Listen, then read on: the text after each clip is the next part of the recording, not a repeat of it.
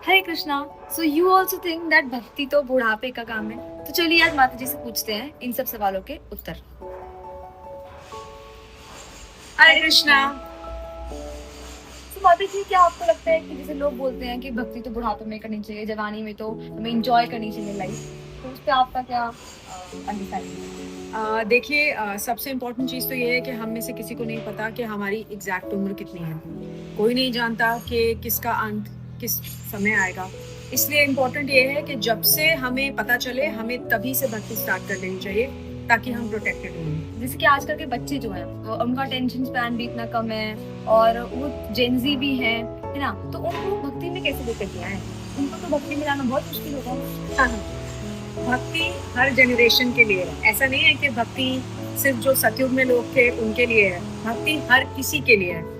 तो बच्चों को भी भक्ति सिखाई जा सकती है, उनको भी भक्त बनाया जा सकता है। लेकिन उसके लिए थोड़े से इनोवेटिव मेजर्स की जरूरत है। छोटे बच्चों को भक्ति में लाने के लिए हमें प्लेवे मेथड का यूज करना पड़ता है। हम उनको स्टोरीज के थ्रू महाभारत, रामायण, भगवत गीता से कनेक्ट कर सकते हैं। उनको बहुत सारे पुराणों से भी कनेक्ट कर सकते हैं।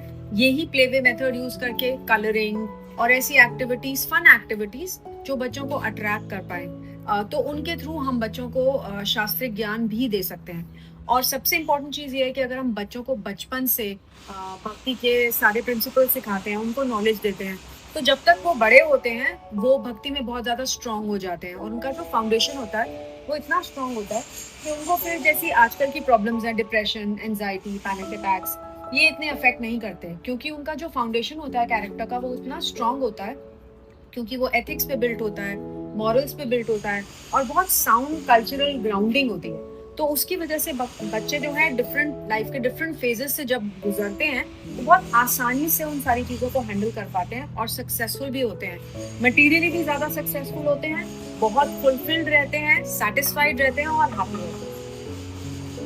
जैसे कि मैंने कहा था अपने सेकंड क्वेश्चन में कि अटेंशन स्पैन कम होता है, उसके लिए क्या करें? क्योंकि हम सबको पता है अगर आप स्कूल में हैं या फिर अगर आप कॉलेज में हैं, तो अगर आप एग्जाम में लिख रहे हैं ना, तब भी हमारे दिमाग में कुछ जो हमने रील्स में देखा था ना, सॉन्ग वो चल रहा होता है, तो वो बहुत बहुत दिक्कत देता है, एग्जाम में डिस्ट्रैक्ट करता है। एंड वैसे भी इन जनरल भी कुछ भी अगर हम काम कर रहे हैं हम डिस्ट्रैक्टेड फील करते हैं, अगर हम अपनी टीनेज में भी हैं तो उसके लिए क्या करें?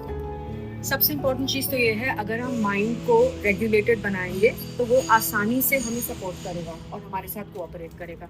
अभी जो प्रॉब्लम्स आपने बताई कि बच्चे जो हैं वो रील्स देखते हैं, इंस्टा पे होते हैं, सोशल मीडिया की वजह से अटेंशन स्पैन कम है, उसका सबसे अच्छा तरीका है एक रेगुलेटेड रेजीम बनाने का। सब बच्चों की एक डिसिप्लिन्ड लाइफ होनी चाहिए जिसमें कि स्क्रीन टाइम भी हमें उनको देना है, because that's the need of the hour, they can't do without it. लेकिन उस स्क्रीन टाइम को भी रेगुलेट करना है, एडल्ट सुपरविजन में देना है और हमें मॉनिटर करना है कि बच्चे स्क्रीन पर क्या देख रहे हैं। तो अगर हमें स्क्रीन टाइम ही देना है तो बच्चों को हम स्पिरिचुअल मूवीज क्यों नहीं दिखाते? हम उनको ऐसे मॉरल बेस्ड स्टोरीज दिखा सकते हैं, यूट्यूब वीडियोस दिखा सकते हैं जिसमें कि उनका रिक्रिएशन भी हो जाएगा और उनको कुछ ऐसी चीज भी पता चलेगी जिससे कि उनकी जो वैल्यू बेस्ड कैरेक्टर बिल्डिंग है वो भी स्ट्रांग हो। तो we just need to substitute, हमें छोड़ना कुछ नहीं है, हमें सिर्फ सब्स्टिट्यूट करना है। जो हम ऑलरेडी कर रहे हैं उसको हम एक कृष्णा कॉन्शियस वे में इस तरह से सब्स्टिट्यूट कर सकते हैं कि हम एक्टिविटी वही रहेगी लेकिन उसकी जो इनपुट है उसको हम मॉनिटर कर लेंगे और रेगुलेट कर देंगे ताकि वो हमारे लिए बेनिफिशियल रहे, तो फिर वो हमें डेट्रीमेंटल नहीं रहेगी हमारी development. Thank you so much madam. Hare Krishna. Hare Krishna.